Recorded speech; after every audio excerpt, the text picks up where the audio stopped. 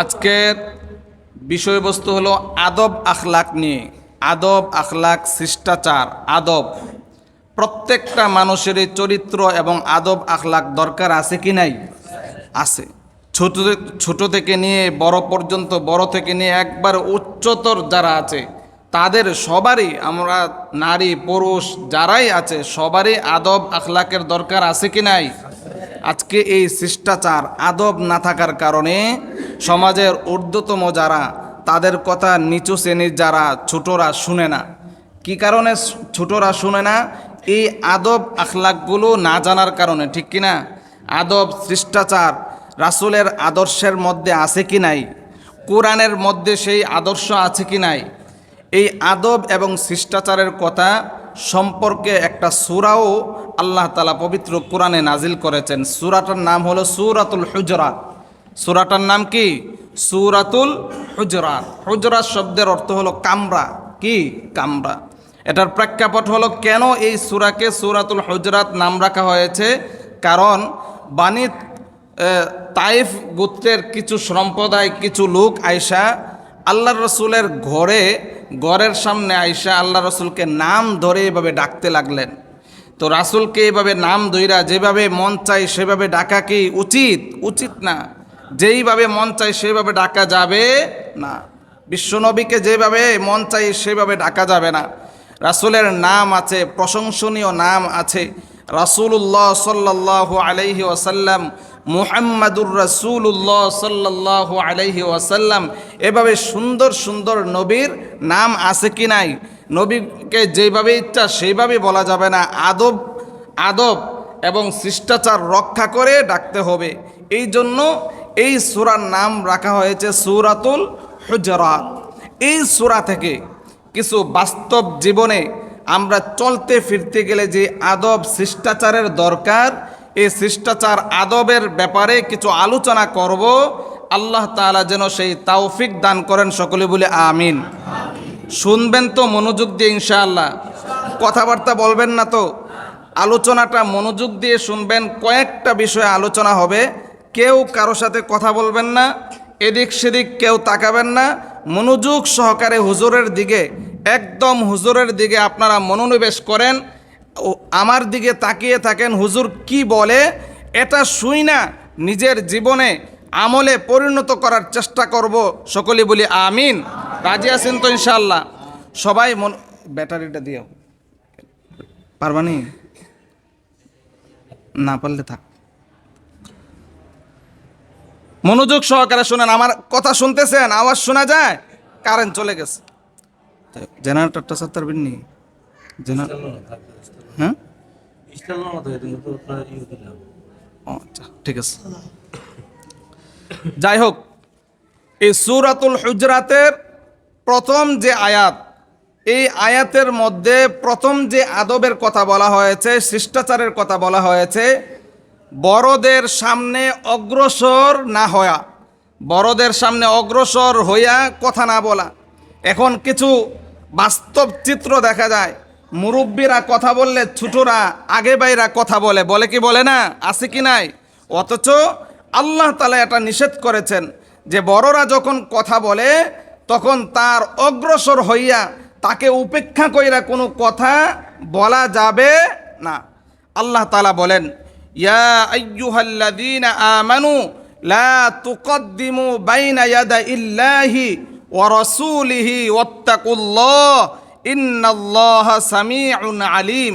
আল্লাহ বলেন, হে ঈমানদারগণ, হে মুমিনগণ, লা তুকদ্দিমু, তোমরা অগ্রসর হয়ো না, আগে বাড়িও না, বাইনা ইয়াদাইল্লাহি ওয়া রাসূলি, আল্লাহ এবং আল্লাহর রাসূলকে উপেক্ষা করে। আল্লাহ তাআলা এবং আল্লাহর রাসূলের, আল্লাহর যে আইন আছে কি নাই, আল্লাহর বিধিবিধান আছে কি নাই। এখন আল্লাহ তাআলা আমাদের উপর 5 ওয়াক্ত নামাজ ফরজ করেছেন।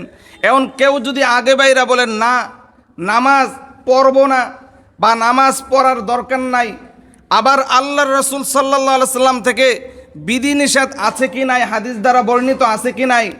আমাদের হাদিস থেকে যেই প্রমাণ পাই, আমাদের যে বাৎসরিক যে ঈদ কয়টা, দুইটা। বাৎসরিক ঈদ কয়টা? আমার সাথে সাথে একটু কথা বলবেন। বাৎসরিক ঈদ কয়টা? দুইটা। ঈদুল ফিত্র, ঈদুল আজহা। এবং এখন যদি কেউ সর্দারি কইরা, কেউ মাতাব্বরি করে, বা যে কেউ অপেক্ষা কইরা যদি আরেকটা ঈদ বাড়িয়ে দেয় যে ঈদ হলো বৎসরে তিনটা, তাইলে কি করা হবে? রাসূলের যে বাণী, রাসূলের যে কথা, সেই কথাকে উপেক্ষা কইরা আগে বাড়া হবে, ঠিক কিনা? এই আগে বাড়া যাবে না, রাসূলের বিধানের আগে বাড়া যাবে না। যেটা বলা হয়েছে সেটাই। নামাজ ফরজ, 5 ওয়াক্ত নামাজ ফরজ, সেটাই ফরজ। এখন নামাজকে যদি কেউ বলে যে নামাজ লাগবে না, কারণ নামাজ শব্দ তো কোরআনেও নাই, হাদিসেও নাই। কোরআন হাদিসের কোনো কিতাবে নামাজ শব্দ নাই। এই রেফারেন্স দিয়ে যদি কেউ বলে নামাজ তো কোরআন এবং হাদিসে নাই, নামাজ পড়ব না, বলেন না নাউজুবিল্লাহ। এই নামাজ শব্দ আসলে নাই। এই নামাজ শব্দটা বাংলাতে যে নামাজ শব্দ আমরা বলি, আসলে কোরআন হাদিসের কোথাও নাই, এটা ফার্সি শব্দ। তবে কোরআনে নামাজের বিপরীত শব্দ আছে কি? সলাত। কি আছে? সলাত। নামাজের আরবি, সলাতের আরবি শব্দ, এটা আমরা নামাজ বলে থাকি। কি বলে থাকি? নামাজ বলে থাকি। কেউ যদি বলে নামাজ নাই, সেটা ভুল হবে। নামাজ এটা মাশহুর হয়ে গিয়েছে, আমাদের সমাজে প্রচলিত হয়ে গিয়েছে। সলাত কোরআনের মধ্যে আছে। কোরআনের মধ্যে আছে কি? সলাত। আমার ভাইয়েরা, আল্লাহ এবং আল্লাহর রাসূলের বিধানের আগে বাড়া যাবে না। রাসূল কথা বলতেছে, তার আগে বাইরা কোনো কথা বলা যাবে না। রাসূল কথা বলতেছেন, আল্লাহর রাসূল সাহাবীদেরকে নিয়ে কথা বলতেছেন, হঠাৎ করে আইসা উচ্চ স্বরে কথা বলা যাবে না, এটা আল্লাহ তাআলা নিষেধ করেছেন। দলিল কি? মুসলিম শরীফের হাদিস। মুসলিম শরীফের এবং বুখারী শরীফে আছে। মুসলিম শরীফের 47 নম্বর হাদিস, বুখারী শরীফের 6018 নম্বর হাদিস।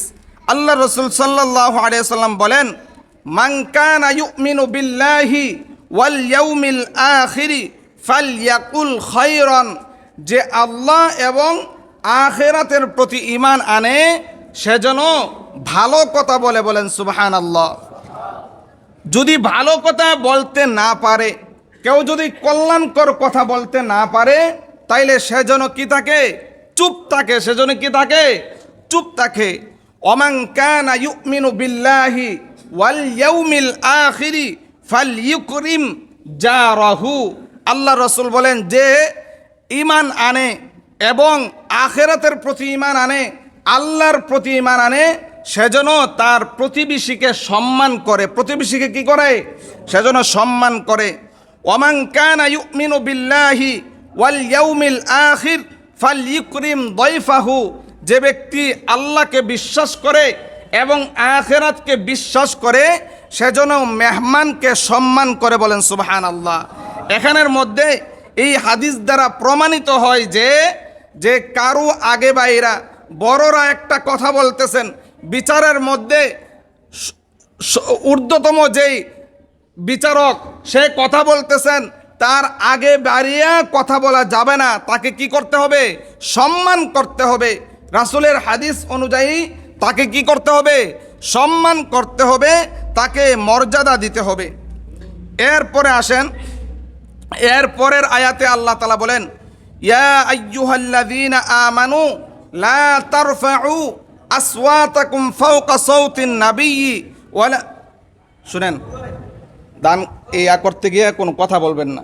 সবাই ইচ্ছায় সবাই দিবে ইনশাআল্লাহ। আপনারা সবাই দানের মধ্যে শরীক হন। সবাই দানের মধ্যে, মসজিদের দানের মধ্যে শরীক হন। রাজি আছেন তো ইনশাআল্লাহ? প্রতি সপ্তাহ আপনারা শরীক হবেন, কেউ কথা বলবেন না। মেহেরবানি করে মসজিদে যারা দান খয়রাত করবেন, আমি আশাবাদী সবাই দান করেন, আমি আশাবাদী। আপনারা টাকাটা পকেট থেকে নিয়ে হাতে রাখেন, যখন যাবে তখন দান বাক্সের মধ্যে দিয়ে দিবেন। কথা বলবেন না, মনোযোগ সহকারে শুনেন। দ্বিতীয় আদব হলো উচ্চ সুরে কথা না বলা। দ্বিতীয় আদব কি? উচ্চ সুরে কথা না বলা। আল্লাহ তাআলা বলেন, ইয়া আইয়ুহাল্লাযীনা আমানু লা তারফাউ আসওয়াতাকুম ফাওকা সাওতিন নাবিয়্যি ওয়া লা তাজহারু লাহু বিল কওলি কাজাহরি বা'দিকুম লিবা'দ আন তাহবাতু আ'মালুকুম ওয়া আনতুম লা তাশউরুন। এই কথাটা মনোযোগ দিয়ে শুনেন। একটা আদব হলো উচ্চ সুরে কথা না বলা। আল্লাহ রসুল সাল্লাল্লাহু আলাইহি ওয়াসাল্লামের সামনে কিছু সাহাবীরা উচ্চ সুরে কথা বলতেছেন। আবু বকর এবং উমর রাদিয়াল্লাহু তাআলা দুজনেই বলতেছেন যে অমুককে আমির বানান। উমর রাদিয়াল্লাহু তাআলা বলতেছেন না, অমুককে আমির বানান। এই কথার প্রেক্ষিতেই আল্লাহ তাআলা এই সূরা নাজিল করে বুঝিয়েছেন এই আয়াত যে নবীর উপরে অন্য কোনো আওয়াজ চলবে না। বলেন সুবহানাল্লাহ। তাইলে নবীর ওয়ারিস কারা বলেন তো? আম্বিয়াদের ওয়ারিস কারা? ইন্নামাল উলামা ওয়ারাসাতুল আম্বিয়া। উলামারা হলো নবীর ওয়ারিস। ওয়ারিস কিনা? আলেম উলামা যারা, তারা হলো নবীর ওয়ারিস। এখন ইমাম সাহেব একটা কথা বলেছেন কুরআন সুন্নাহ মোতাবেক, উনার কথার উপরে যদি কোনো আওয়াজ হয় তাইলে আল্লাহ তাআলা বলেন আনতাহবাতু আমালুকুম, তোমাদের আমলগুলো একদম নিঃশেষ হয়ে যাবে। বলেন নাউজুবিল্লাহ। এমনভাবে নিঃশেষ হবে ওয়া আনতুম লা তাশউরুন, তোমরা টেরও পাইবা না। বলেন নাউজুবিল্লাহ। কি পাওয়া যাবে না? একবারে টেরও পাওয়া যাবে না। এখন আসেন, কেউ যদি মসজিদে উচ্চ সুরে আওয়াজ করে, মসজিদে আইসা ইমাম সাহেব প্রবেশ করেছে, বয়ান করতেছে, খুতবা চলতেছে, নামাজ শুরু হয়ে গিয়েছে, এমনটা অবস্থায় কেউ যদি উচ্চ সুরে একে অপরের সাথে কথা বলেন, একে অপরের সাথে আলাপ আলোচনায় নিমগ্ন থাকেন, তাদের ব্যাপারে বুখারী শরীফের একটা হাদিস 47 নম্বর হাদিসটা মনোযোগ সহকারে শুনেন। আল্লাহ রসুল সাল্লাল্লাহু আলাইহি ওয়াসাল্লামের সাহাবী সাইব ইবনে ইয়াজিদ রাদিয়াল্লাহু তাআলা বলেন, ক্বালা কুনতু কাইমান ফিল মসজিদি, আমি মসজিদের মধ্যে দাঁড়ানো অবস্থায় ছিলাম। আমি মসজিদের মধ্যে কি অবস্থায় ছিলাম? দাঁড়ানো অবস্থায় ছিলাম। এমন তো অবস্থায় ফাহাসাবানি রাজুলুন, উমর রাদিয়াল্লাহু তাআলা আনহু আমাকে আদেশ দিলেন, দুইজন ব্যক্তি একে অপরের সাথে কথা বলতেছেন। তখনকার সময়ে উমর রাদিয়াল্লাহু তাআলা কি ছিলেন? আমিরুল মুমিনিন ছিলেন, মুমিনদের আমির ছিলেন, আমির নেতা ছিলেন। কি ছিলেন? নেতা ছিলেন। মসজিদে হঠাৎ কইরা দুইজন ব্যক্তি এমন উচ্চ সুরে আওয়াজ করতেছে, বাকিদের নামাজ শেষ হয়ে যাচ্ছে, এমনভাবে আওয়াজ করতেছে, হট্টগোল করতেছে। তখন উমর রাদিয়াল্লাহু তাআলা আনহু ইয়াজিদ রাদিয়াল্লাহু সাইব ইবনে ইয়াজিদ রাদিয়াল্লাহু তাআলা আনহুকে বলেন, ওই দুই লোকটাকে আমার কাছে ধরে নিয়ে আসো, আমার কাছে নিয়ে আসো। এই দুই লোক কারা? এত বড় তাদের সাহস, স্পর্ধা! মসজিদ হলো আল্লাহর ঘর, মসজিদ এটা আল্লাহর ঘর, এটা কোনো নিজস্ব বানোয়াট কোনো ঘর নয়। এটা কার ঘর? আল্লাহর ঘর। একটু মনোযোগ সহকারে শোনেন, এটা হলো আল্লাহর ঘর। এই ঘরের মধ্যে কোনো ক্ষমতাগিরি চলবে না, এই ঘরের মধ্যে কোনো রাজনীতি চলবে না। এই ঘর সবার। এই ঘর কার? সবার। মসজিদ আল্লাহর ঘর। এই মসজিদের যারা নামাজ পড়বে সবাই হলো আল্লাহর গোলাম। সবাই কি? আল্লাহর গোলাম, আল্লাহর গোলাম। এখানে গোলাম হয়ে মসজিদে প্রবেশ করা, গোলাম হয়ে মসজিদ থেকে বের হওয়া, এটা হলো মসজিদের আদব। এটা কি? মসজিদের আদব। উমর রাদিয়াল্লাহু তাআলা আনহু সাইব ইবনে ইয়াজিদ রাদিয়াল্লাহু তাআলা আনহুকে বলেন, ওই দুইটা লোককে ধরে নিয়ে আসো। এত বড় সাহস, তারা কথা বলতেছে। উমর রাদিয়াল্লাহু তাআলা আনহুর কাছে যখন এই দুই লোককে ধরে নিয়ে আসলেন, উমর রাদিয়াল্লাহু তাআলা জিজ্ঞাসা করলেন, মিন আইনা জিতুম, তোমরা কোত্থেকে আসলা? কোথায় তোমাদের বাড়ি? কোথায় তোমাদের ঘর? এভাবে উচ্চস্বরে মসজিদের মধ্যে কেনই বা আওয়াজ করতেছো? হট্টগোল কেন করতেছো? তারা উত্তর দিলেন, ক্বালা মিন আহলি তাইফ, আমরা তাইফ গোত্রের লোক। আমিরুল মুমিনিন, আমরা তাইফ গোত্রের লোক। কোন গোত্রের লোক? তাইফ গোত্রের লোক। তখন ওমর রাদিয়াল্লাহু তাআলা আনহু উত্তর দিলেন, শোনো, তোমরা যদি তাইফ গোত্রের না হইতা, তাইফ বংশের যদি না হইতা, তাইলে আমি তোমাদেরকে পানিশমেন্ট দিতাম, শাস্তি দিতাম মসজিদে উচ্চ স্বরে আওয়াজ করার কারণে। বলেন সুবহানাল্লাহ। মসজিদে হট্টগোল করার কারণে, একে অপরের সাথে কথা বলার কারণে, মসজিদে নববীতে যে রাসূল শুয়ে আছে যে জায়গায়, ওখানে তোমরা উচ্চ স্বরে কথা বলার কারণে আমি তোমাদেরকে শাস্তি দিতাম। বলেন সুবহানাল্লাহ। এই হলো মসজিদের আদব। মসজিদে হট্টগোল করা যাবে না, একে অপরের সাথে উচ্চ আওয়াজে কথা বলা যাবে না। এই হলো একটা মসজিদের আদব। এই আদবটা শ্রীপুর গ্রামবাসী অত্যন্ত ভালো মানুষ, আলহামদুলিল্লাহ, আওয়াজ একদম করে না। আমি আশাবাদী ভবিষ্যতেও এই মসজিদে আইসা আওয়াজ কথাবার্তা হবে না। রাজি আছেন ইনশাআল্লাহ? এই হাদিসের আলোকে এই হাদিসটা মানতে রাজি আছেন ইনশাআল্লাহ? এই হাদিসটা কার? বুখারী শরীফের হাদিস। এটা আমার কোনো বানোয়াট নয়। মসজিদে এসে কথাবার্তা বলা এটা আদব নয়। চুপচাপভাবে থাকা, তাসবিহ তাহলিল করা, জিকির আজকার করা, নামাজ পড়া, কোরআন তেলাওয়াত করার জায়গা হলো মসজিদ, ঠিক কিনা? এটা হলো দ্বিতীয় আদব। 3 নম্বর আদব, আল্লাহ তাআলা পবিত্র কোরআনের সূরাত হুজরাতের 11 নম্বর আয়াতে 3 নম্বর যে আদবের কথা বলা হয়েছে, 3 নম্বর আদব হলো কাউকে ঠাট্টা বিদ্রুপ না করা। কি না করা? ঠাট্টা বিদ্রুপ না করা, তুচ্ছ তাচ্ছিল্য মনে না করা। দেখেন, কাউকে ঠাট্টা বিদ্রুপ করে এবং কাউকে তুচ্ছ তাচ্ছিল্য করে কারা? যারা নিজেকে বড় মনে করে। নিজেকে বড় মনে করে যারা, তারাই অন্যকে তুচ্ছ তাচ্ছিল্য এবং বিদ্রুপ ঠাট্টা বিদ্রুপ করে থাকে অহংকার বশত, ঠিক কিনা? অহংকার বশত এই কাজটা করে থাকেন। অথচ আল্লাহ তাআলা নিষেধ করেছেন। সূরা হুজরাতের 11 নম্বর আয়াতে আল্লাহ বলেন, ইয়া আইয়ুহাল্লাযীনা আমানু লা ইয়াসখর কওমুম মিন কওমিন আসা আইয়াকুনু খায়রাম মিনহুম। শুনো ঈমানদাররা, তোমরা শুনো, লা ইয়াসখর কওমুম মিন কওমিন, তোমরা এক সম্প্রদায় আরেক সম্প্রদায়কে ঠাট্টা বিদ্রুপ করো না, তুচ্ছ তাচ্ছিল্য করো না। কেন কেন? আসা আইয়াকুনু খায়রাম মিনহুম, হয়তোবা তুমি যাকে ঠাট্টা করতেছো সে তোমার থেকে উত্তম হইতে পারে, ঠিক কিনা?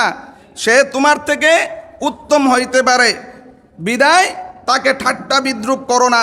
ওয়ালা নিসাউম মিন নিসাইন আসা আইয়াকুন্না খায়রাম মিনহুন্না, বিশেষভাবে এক নারী অন্য নারীকে ঠাট্টা বিদ্রুপ করো না, হয়তোবা যাকে ঠাট্টা বিদ্রুপ করা হচ্ছে সে তোমার থেকে উত্তম হতে পারে। বলেন সুবহানাল্লাহ।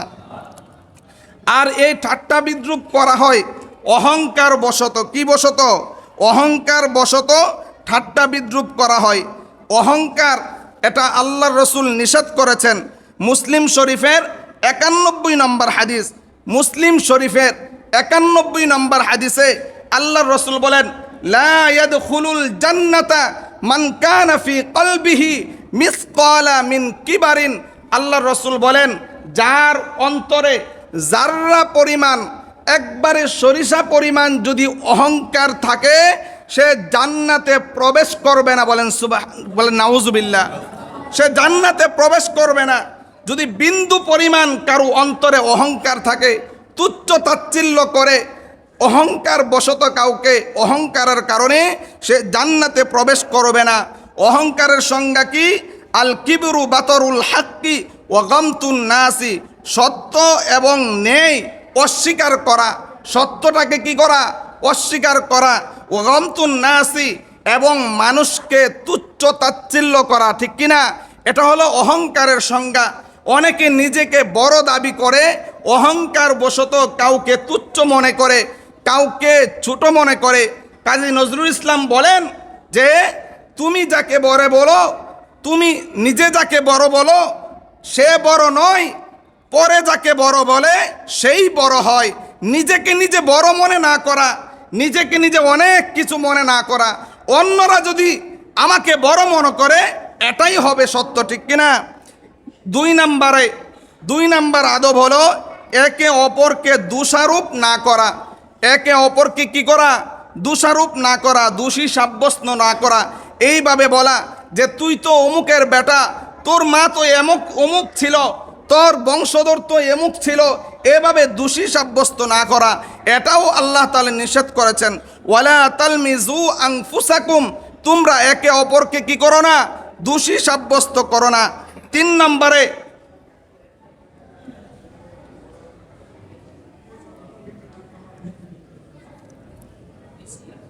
বলেন, কথা বলেন। কে কথা বলতেছেন বলেন। রাখেন, আপনারা কথা বললেন না, আমি ঠিক করতেছি। কথা বলতেছেন কারা একটু বলেন তো।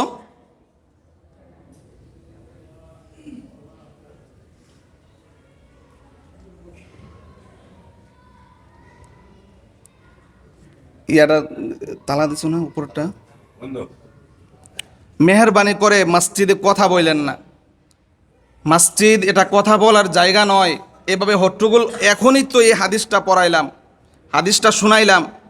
উমর রাদিয়াল্লাহু তাআলার হাদিসটা শুনাইছি কিনা, যে উমর রাদিয়াল্লাহু তাআলা বলেন, যদি তায়েফ গোত্রের না হইতো পানিশমেন্ট দিত, মায়ের দিত, মায়ের। উমর রাদিয়াল্লাহু তাআলা বলেন কেউ কথা বলবেন না, মেহরবানি করে কেউ কথা বলবেন না, মনোযোগ সহকারে শোনেন, ছেড়ে দিব। তিন নম্বরে হলো মন্দভাবে না ডাকা, কাউকে মন্দ নামে না ডাকা।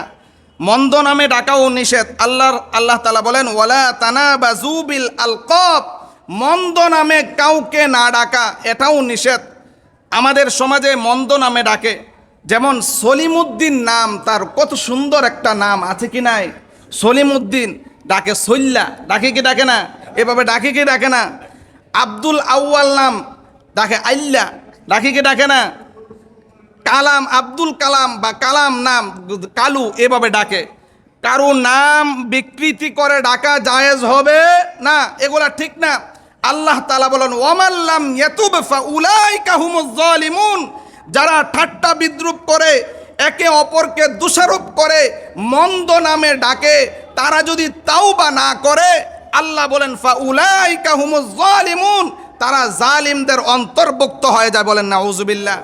সময় সংক্ষিপ্ততার কারণে অনেকগুলো আদব শিষ্টাচারের বিষয়াদিগুলি ছিল, আলোচনা করতে পারলাম না সময় সংক্ষিপ্ততার কারণে। আল্লাহ তাআলা আমাদেরকে যতটুকু আলোচনা শুনলাম, বড়দের উপেক্ষা করে অগ্রসর হয়ে কোনো কথা না বলা, বড়দের সামনে উচ্চস্বরে কথা না বলা, 3 নম্বরে ঠাট্টা বিদ্রুপ করে কাউকে তুচ্ছ তাচ্ছিল্য মনে না করা, একে অপরকে দোষারোপ না করা, মন্দভাবে কাউকে নাম না ডাকা, মন্দভাবে কাউকে নাম না ডাকা, এভাবে এই 6টা বিষয়ের কথা বলা হয়েছে। আল্লাহ তাআলা আমাদেরকে উক্ত বিষয়ের উপর যা কিছু আলোচনা শুনলাম, আল্লাহ তাআলা আমাদেরকে মানা এবং তথা অনুযায়ী আমল করার তৌফিক দান করুক। সকলে বলি আমিন।